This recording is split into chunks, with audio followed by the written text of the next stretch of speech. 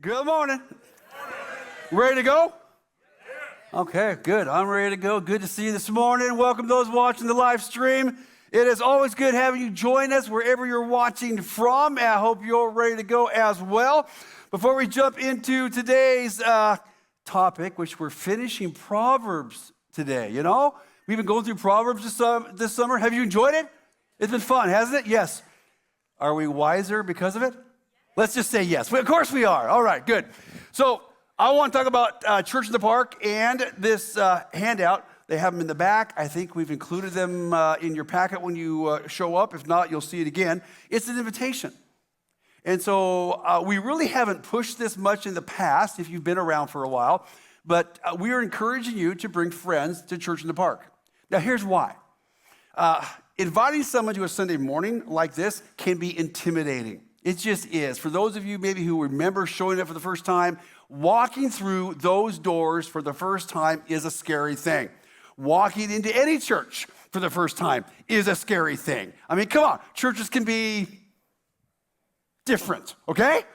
And you don't know what's on the other side of that door. I mean, is it going to be cool? Are they going to be judgmental? Am I going to find anybody like me? I mean, all kinds of questions. You don't know where the bathrooms are. You just don't know the culture. You don't know anything. It is scary coming to church for the first time, and sometimes we forget that.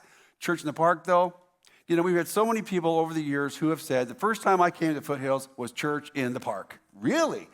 Come on, it is an easy time to show up. It's outside, it's fun, it's totally different. There's food, there's fun things after the service. I mean, talk about an easy place to put your foot in the water the first time, all right? So, we're encouraging you to invite some friends to Church in the Park. Now, I realize there's the whole issue of food because we do have food afterwards and we encourage you all to bring something. So, don't make your friends bring food unless they really, really want to. I mean, they might like that, but they might be intimidated by that. So don't make that an issue. If you can see them kind of pausing and being uncomfortable, go, no, you don't have to bring anything. I got this. So just bring enough food for them, right? No big deal.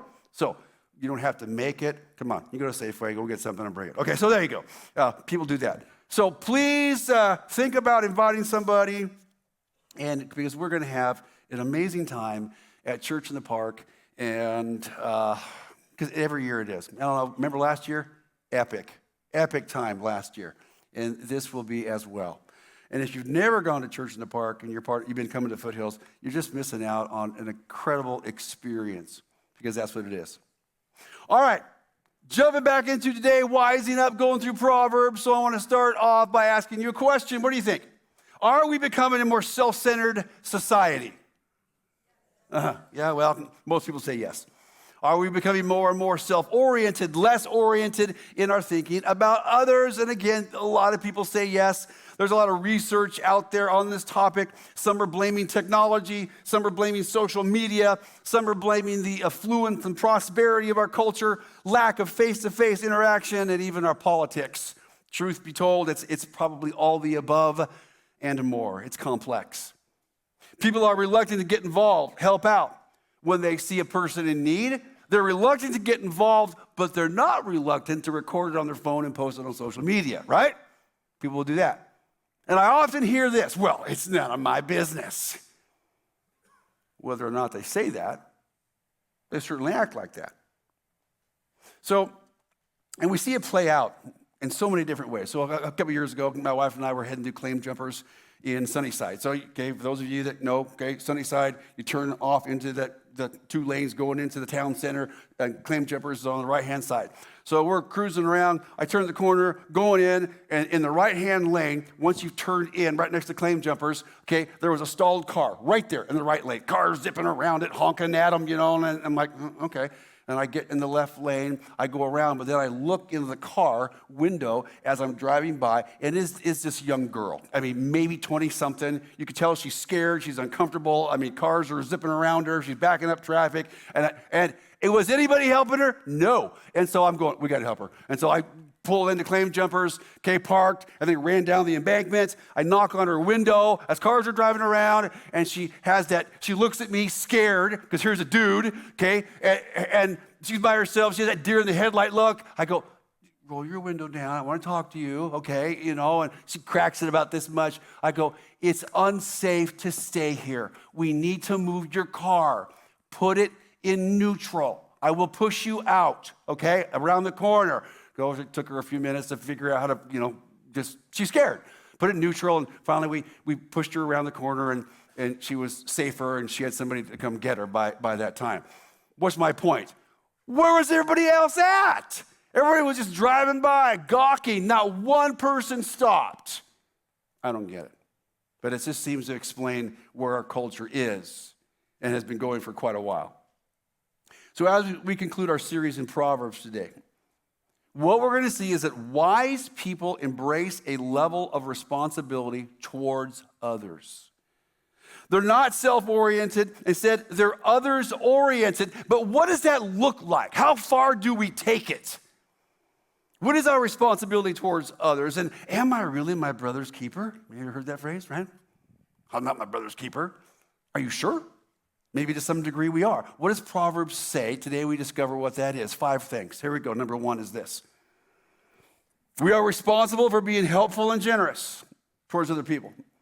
Proverbs 3:27, look, do not withhold good from those to whom it is due when it is in your power to do it. We all have a tremendous amount of power to do good. We are not to withhold doing good when we have the ability to make a difference in someone's life. When you see a need and you can make a difference, you should choose to do something. Now, this can be in big and small ways. Yes, it could be helping a stranded motorist, and I know that we have to be careful with that, especially if you're ladies out there. I wouldn't recommend you stopping on the side of the road, okay? But your husbands can. Okay, so help your neighbor with a project maybe. Maybe it's fixing the single mother's car who lives next door or in the apartment complex, or you have mechanic abilities and she can't afford it. I mean, it could be all kinds of things. It could be recognizing your spouse needs help. Men, you can cook. Do you help with dinner? You see your wife all stressed out. Do you do dishes? Maybe you help with laundry. I am forbidden from laundry, okay? I can't help with that. I don't know. It's this whole thing about what is the big deal about separating colors, okay? That is so inefficient when it comes to washing clothes. But yeah. My guess is you don't do laundry either, okay?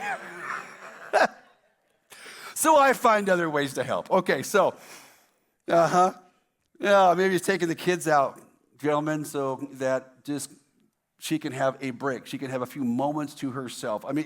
It could be anything. So we have a responsibility individually. I also believe that we have a responsibility corporately as a church. You look at what our church can do, and we do. Our church steps into the food scarcity needs of our community. Here we are in a few weeks going to be starting our Backpack Buddy programs again. We're going to be working with 8 or 9 local schools. We're going to be taking care of around 300 kids per week in our school system. Why do we do it? Because we can, and because we should. Our commitment to go to Guatemala multiple times a year, where the school we've started down there, the 200 kids who now get nutrition, they get education, they hear about Jesus. Why do we do that? Because we can, and we should, and we've been doing that for years. I think about when we took over the responsibility of the adult center, 11 years ago. Believe me, we waited until somebody else was going to take care of our seniors. Nobody did. Nobody stood up. I could not imagine a community that would not take care of their seniors. And so as we sat there in meetings and nobody stood up to the plate to say, we'll take care of this, we'll handle this, because the city was going to shut it down. We were compelled to do something because we could.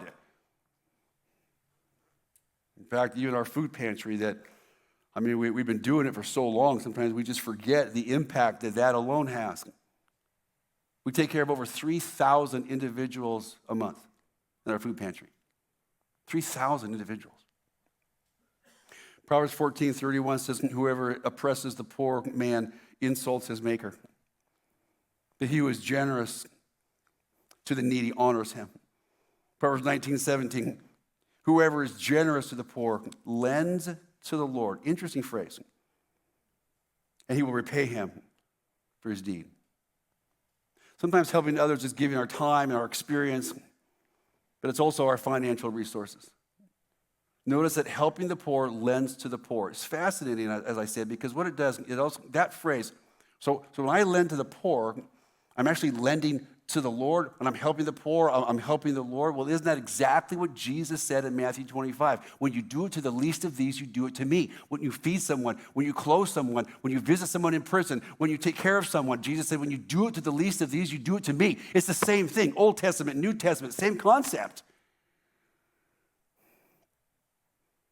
Your generosity to this church matters. I know they talked about it in the video, the announcements when we started the service.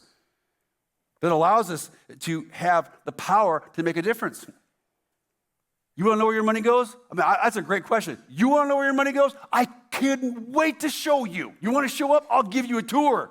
Because most of the time when we give people a tour through the building and we show them what takes place 7 days a week around here, they have no idea. That's why I don't ever apologize asking for money. Because it empowers us to make a difference, and we do. By touching thousands of people every month because we can. God put Foothills here so the goodness of God would not be withheld from this community.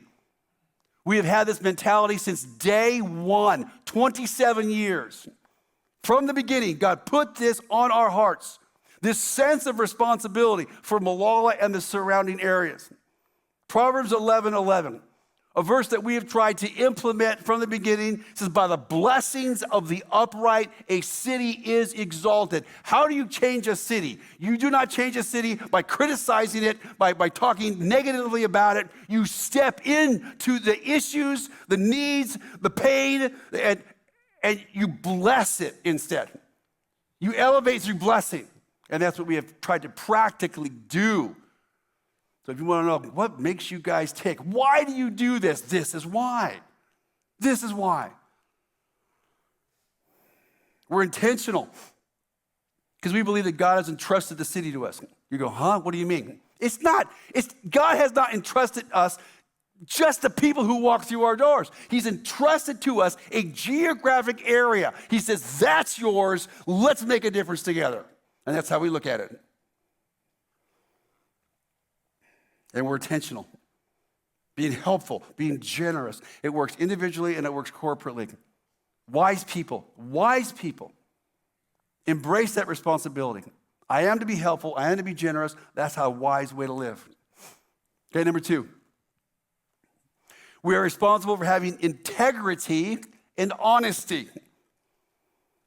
Proverbs 11:1, the Lord detests the use of dishonest scales, but he delights in accurate weights. Now, God expects us to embrace our responsibility, to be honest in business and have integrity with money. Some of you are like, well, what are dishonest scales? Dishonest scales are just simply this. Somebody goes to the market, okay, back in the day, you go to the market, I want a pound of wheat or barley or grain, and there's a scale there, and so there's an empty basket over here, and then on the other side, there's a 1 pound weight, and then they put the grain in there until it balances, and then you got a pound of grain. Dishonest scales, it's not a pound, it's a pound and 1 ounce. It's a pound and 2 ounces, so you're cheating people. Dishonest scales. Dishonest scales take advantage of people. They ignore the responsibility to be fair towards others. Dishonest scales have their motivation in greed. It's a lack of integrity with money that negatively impacts other people. So you're thinking, what does that have to do with me? How is your financial integrity? Because that's what this is all about. Whether or not it's in business, we all can have dishonest scales. Well, what do you mean? So a couple weeks ago, I was down at Ace, and I had a plumbing project. Yeah. And so, if you've ever gone down and you got a project or a plumbing project, it's plumbing, okay? I mean, it's not my world. So, my brain doesn't really think clearly about it. So when I go down there and I got to buy multiple pieces, I got to put all the pieces together. It's like a little puzzle, right? Because if you don't put them all together down there, all right, you're going to go home and you're going to make 29 more trips to Ace trying to figure it out. And you've done that, right?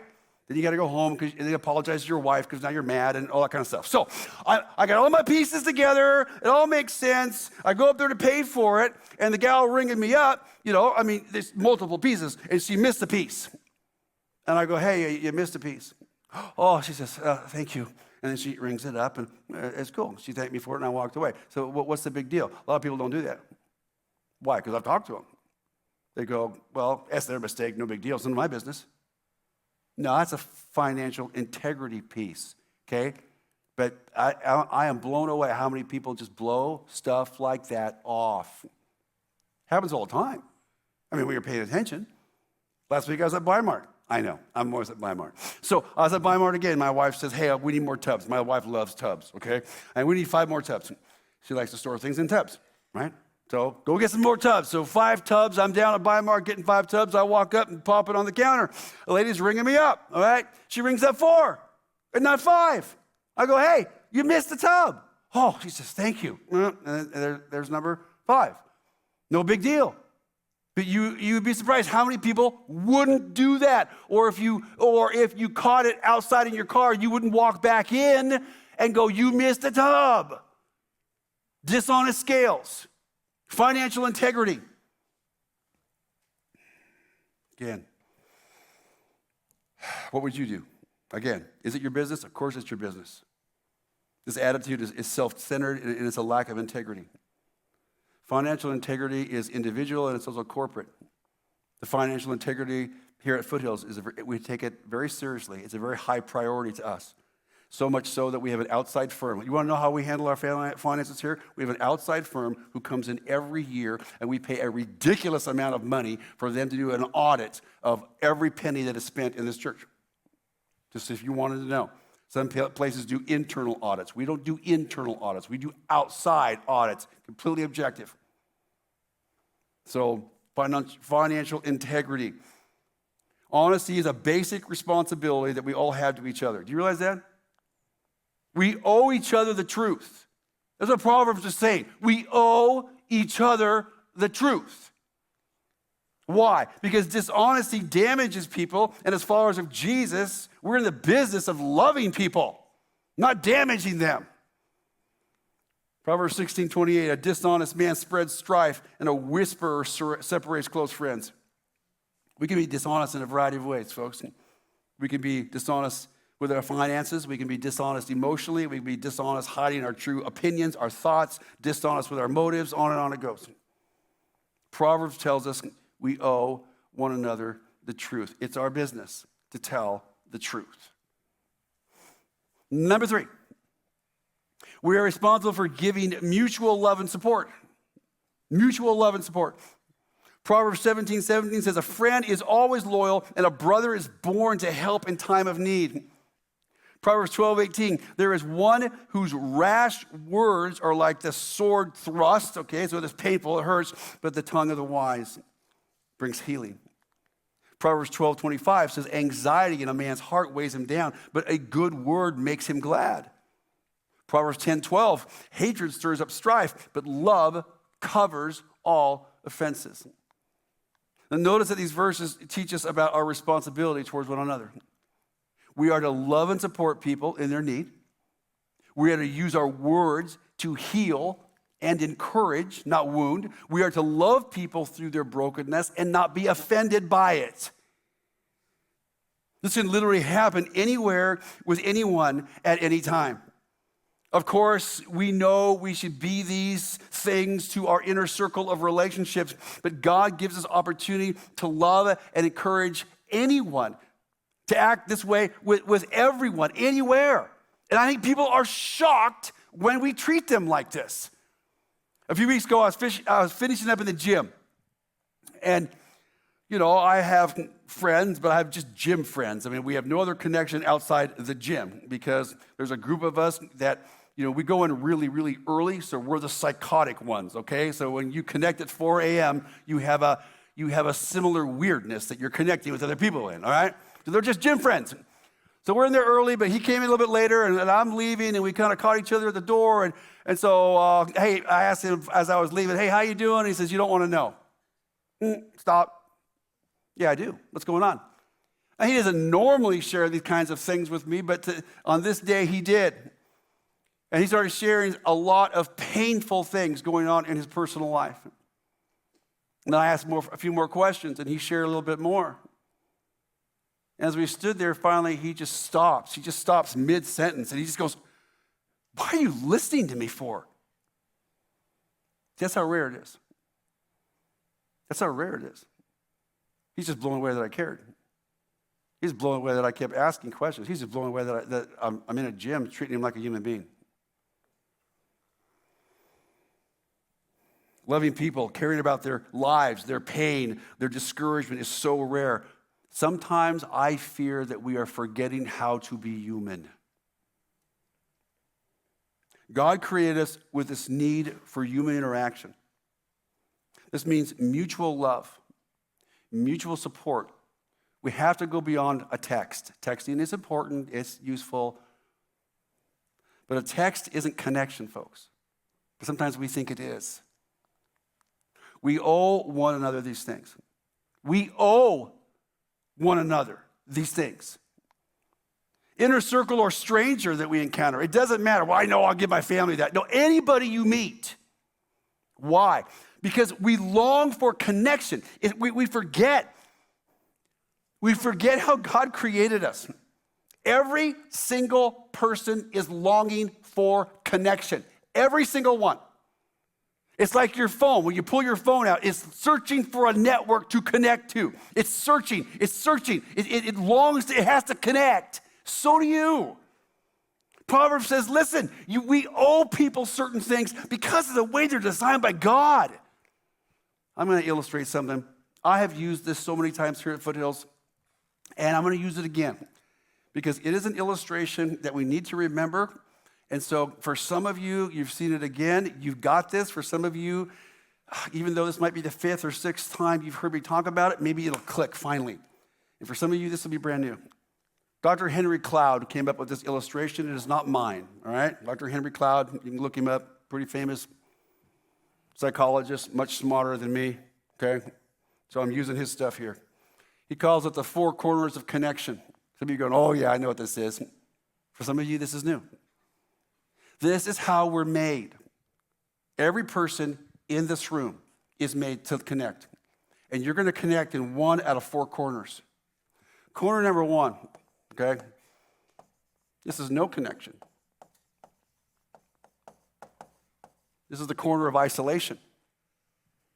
This is where a lot of people stay. Just because you're around people, it does not mean you are connecting with others at an emotional level. Proximity doesn't cure loneliness. And some of you who are lonely today, you understand that. You can be completely lonely sitting in this room. It's not about proximity, it's about connection. And so a lot of people live in corner number 1, disconnected from others emotionally, even though you're longing for it. And a lot of reasons we hang out here, okay? It's because we've been in other corners. Corner number 2. That's a B, by the way. Bad connection. Bad connections. What are bad connections? Bad connections are those where people make us feel worse about ourselves. These are people who have some form of power over our emotions, where after you spend time with them, you always feel worse about yourself than better. And you all know people like that. You're thinking of them right now. Don't say anything. Keep it in your head. Could be a parent, could be a coworker, could be a supervisor, could be a coach, could be a teacher, could be a spouse. It could be anybody. But they're bad connections. And they just make us feel terrible. So sometimes you experience this, and this is why you run back to this. Because bad connections suck. But there's corner number 3.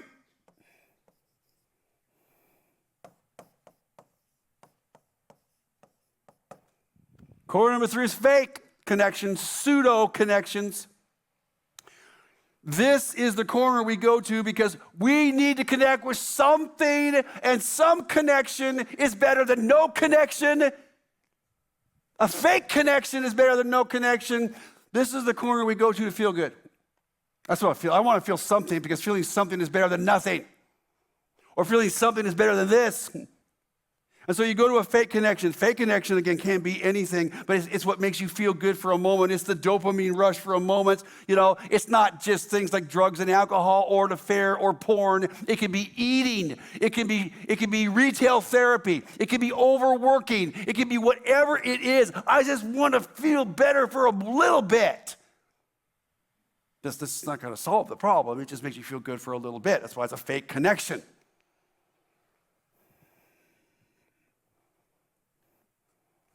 I'm telling you, every person you meet is living in one of these corners. Everyone. Everyone.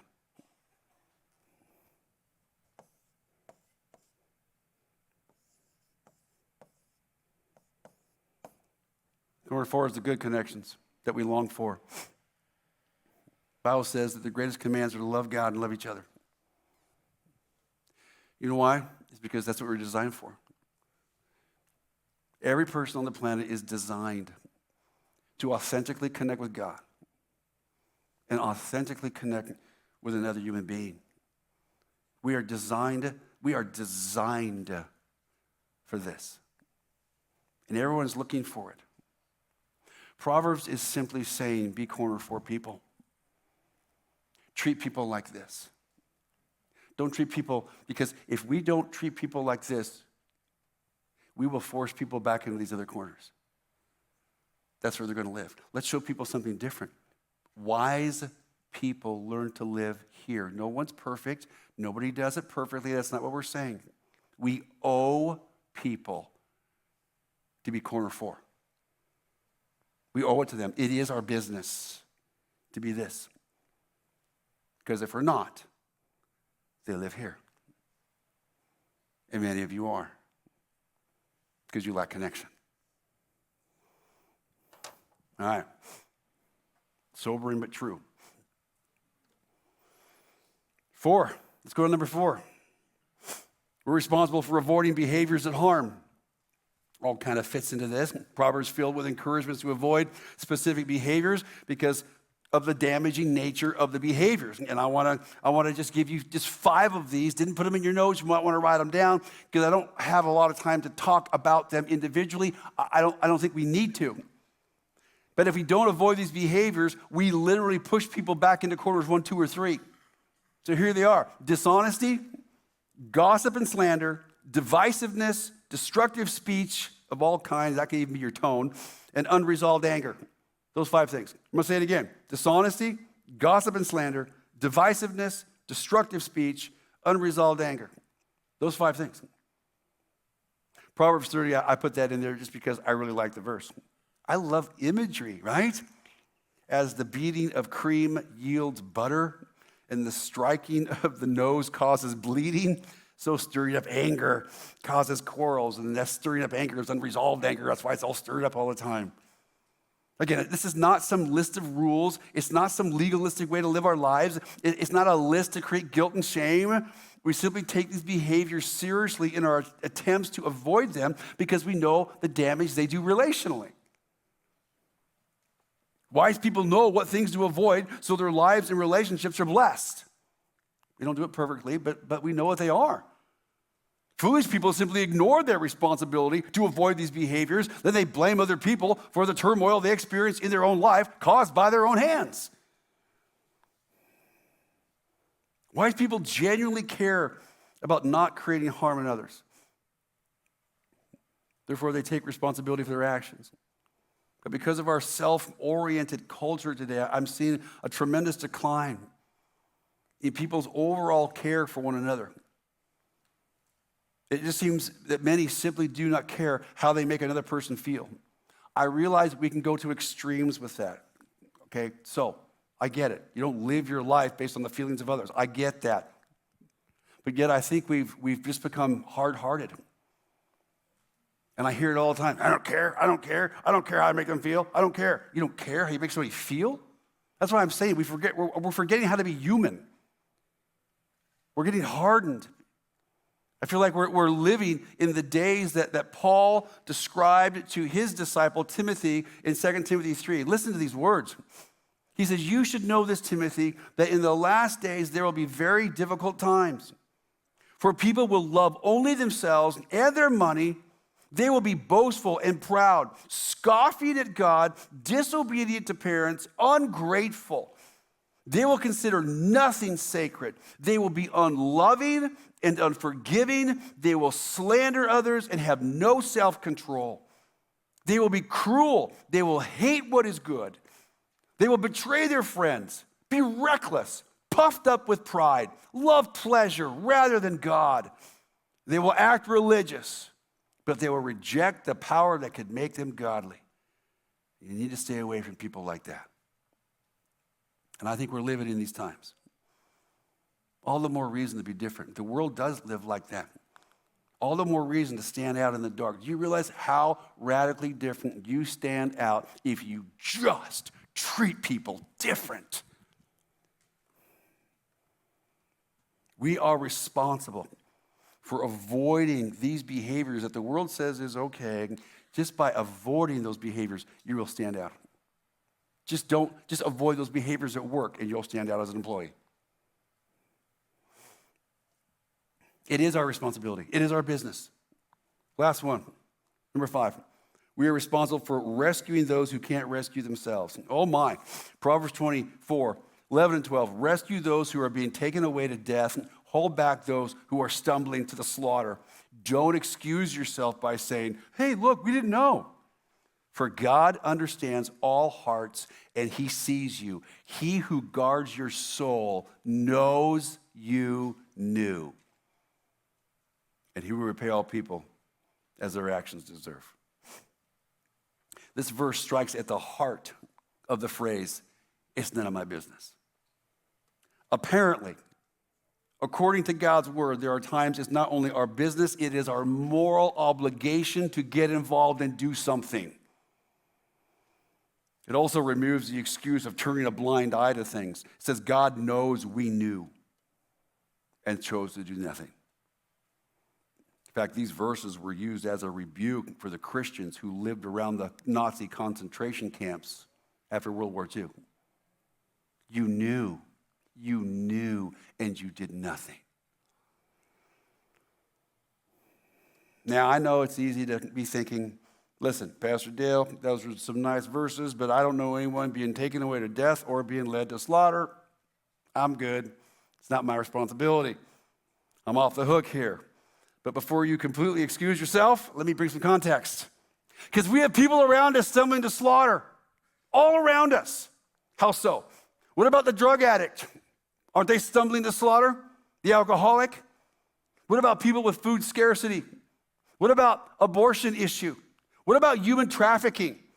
What about kids being indoctrinated with lies about life, their gender, values, anti-God philosophies? What about generational poverty? What about people with no education, malnutrition? What about people who have no relationship with God through Jesus? What's their future going to be? Are not all these people stumbling towards slaughter in some way? And the answer is yes. People complain about all the evil in our world while they sit back in the safety of their own little world and do nothing. God calls his people to action. God calls his people to make a difference in this world. We cannot keep turning a blind eye to the carnage around us. Why? Because God knows we know. We live in the information on steroids. We're bombarded by so much information. We know. Evil triumphs only when good people do nothing. And we have a responsibility to rescue, to get involved, to stand in the gap for those who can't. It is our business. This is why we have verses like this in the New Testament. It gives us a strategy. Romans 12:21, do not be overcome by evil. It's easy. Sometimes evil just feels like it's overwhelming. It's so big. How can we make a difference? No, don't be overcome by evil. You overcome evil with good. You do good. You do the opposite. You step in, you stand in the gap, you make a difference. Wise people do not ignore the evil, they overcome it. And we're a church that is trying to do just that. You want to understand why we're so active at meeting needs and getting involved in our community? This is why. We see the needs. We're compelled. It's a compulsion to act. Why is it a compulsion? Here's why. Let me explain this to you. Because now I'm going to wrap this up and ask you to do something. Maybe it's time for you to get involved in some way. Maybe it's time to care. This is the problem. Allow God to break your heart. Huh? Allow God to break your heart. That's the problem. Our hearts are hardened. I want you to ask God for something. Now, I know he doesn't expect you to care and feel and emotionally bleed over every issue. He does not expect that from you. But I guarantee you, he wants you to feel something. And until you feel something, until your heart breaks over something, you will never be compelled to act. If your heart's broken over something, you can't help yourself but act. And that's what he wants you to do. He'll let you feel what he feels about something, someone, some issue, something. So I want to ask you to pray for that. In fact, that's a good stopping point right there. Some of you are afraid to pray for that. Good, you should be. Because the problem is you don't care about something. That's not how God wired us. He wired us to care. He wants us to embrace his heart. You don't think God cares about people who don't have a future, who are staggering towards consequences that are going to ruin their life, their future, their generations to come? This isn't about putting a guilt trip on anyone. Please, that's not the point. It's about how to live a wise life. We're followers of Jesus. We are to make a difference in this world. We're salt, we're light, we're witnesses, we're ambassadors. And it doesn't happen here. This is the pep rally. Come on, Sunday mornings. We live the game out there. How many times have I said this to you? We don't live the game here. The game's played out here, out there. And we have to care. So will you pray, God, would you break my heart over what you want it to break over? And it might break over different things. You're married.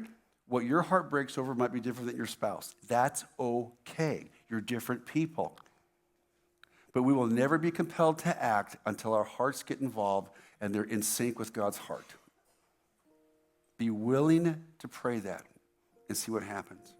In the meantime, you know what? You can expose yourself to lots of need-meeting things going on around here.